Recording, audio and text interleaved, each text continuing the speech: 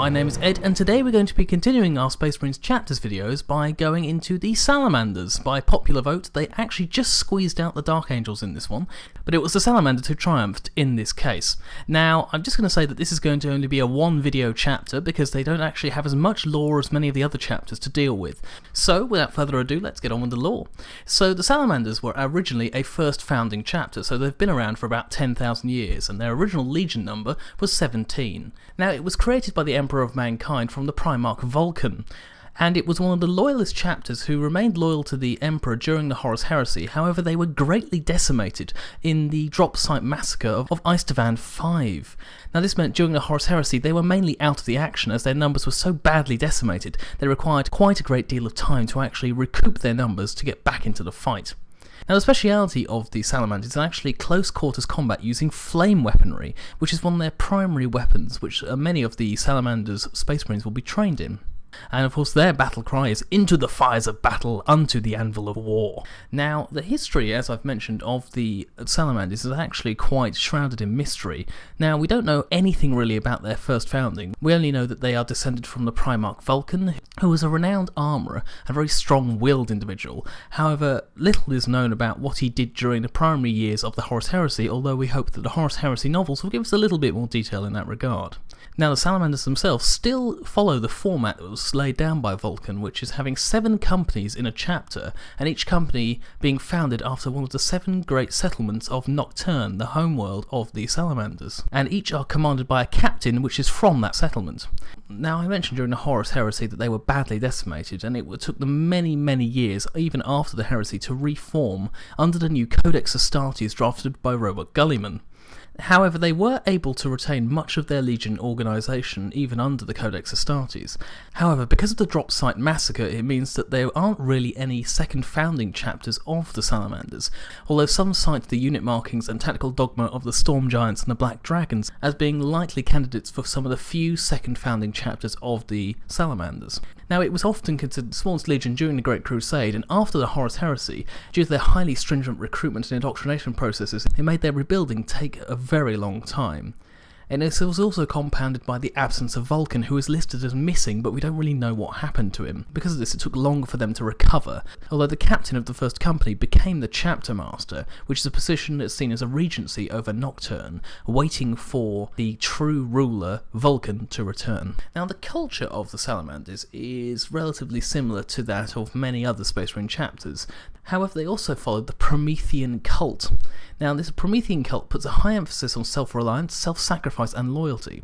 Now, they use symbols of the Forge to show their allegiance to the Promethean cult, such as fire and hammers, and they're prominent throughout Promethean iconography. This also influences the choice of weapons the Salamander chooses, usually flamers, melter weapons and thunder hammers, which prevail throughout the chapter. Now, because of this, many of the Salamanders will have started life as blacksmiths, and all consider themselves that as their peacetime occupation, even though, of course, for a Space Marine there is no such thing as real peace.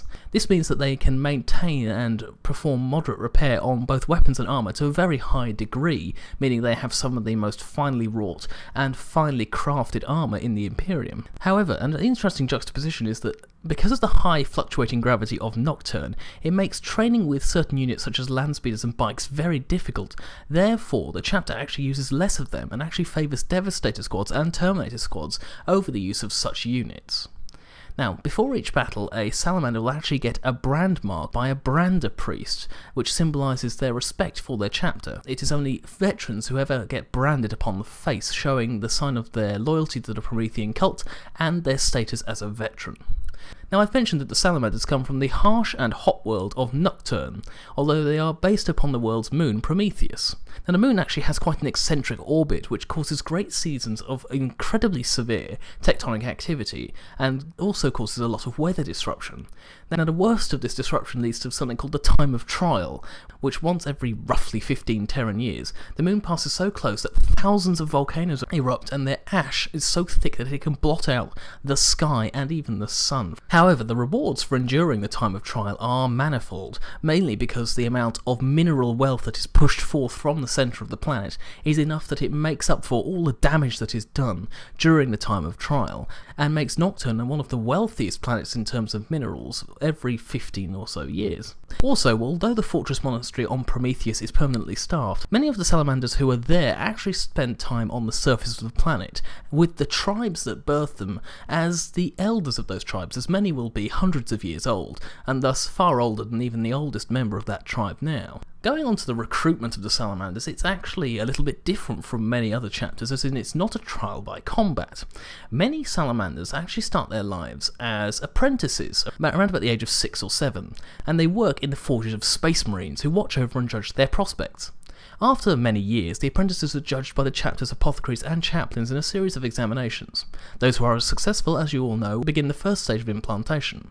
The training is very similar to that of any Space Marine chapter, however, at intervals throughout their training, the initiates must replicate feats performed by Vulcan in his youth, including those he performed in contest with the Emperor when the Emperor arrived on Nocturne, which culminate in them required to hunt and slay a salamander, one of the violent and vicious lizards that live upon the surface of Nocturne. Finally, I just want to go into a little bit of detail about their genetics. Now, the genetics of the salamanders are of course quite stable. They're not known for any major mutation, and they're not known for any sort of deviancies that are seen in many other chapters of Space Marines. There are a few differences, one of which is actually quite pronounced, is that the Space Marines of the salamanders have slightly slower reflexes than that of other chapters. Although the origin of this issue is debated, it's unknown whether it's due to a problem with the gene seed, or the fact that the salamanders actually grow up on a very high gravity world, thus meaning that they're far more used to stronger gravity pulling at their actions, and so when they go into lower gravity environments, that means that their reactions are not trained to the same level. And also, there is of course the physical differences. Now, Space Marines of the Salamanders chapter have very dark skin, not just black as normal human beings, but actually coal black, to the degree where their skin seems almost like darkness. Now, this is probably due to a mutation in the gene seed, which causes their ability to deflect radiation to go into hyperactive levels, thus meaning that although they are perfectly normal, although it doesn't cause any physical issues, it does mean that their skin reflects virtually all light, causing the blackness.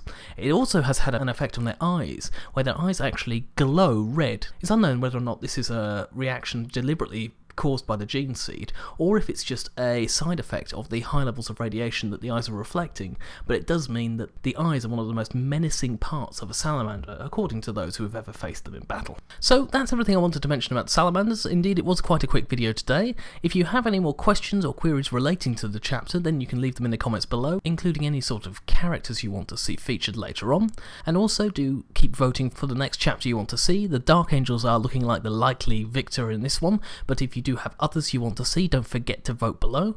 Now, if you have any other questions, you can always send me a personal message, or you can ask them in the comments below again, and we'll see what we can do about answering them.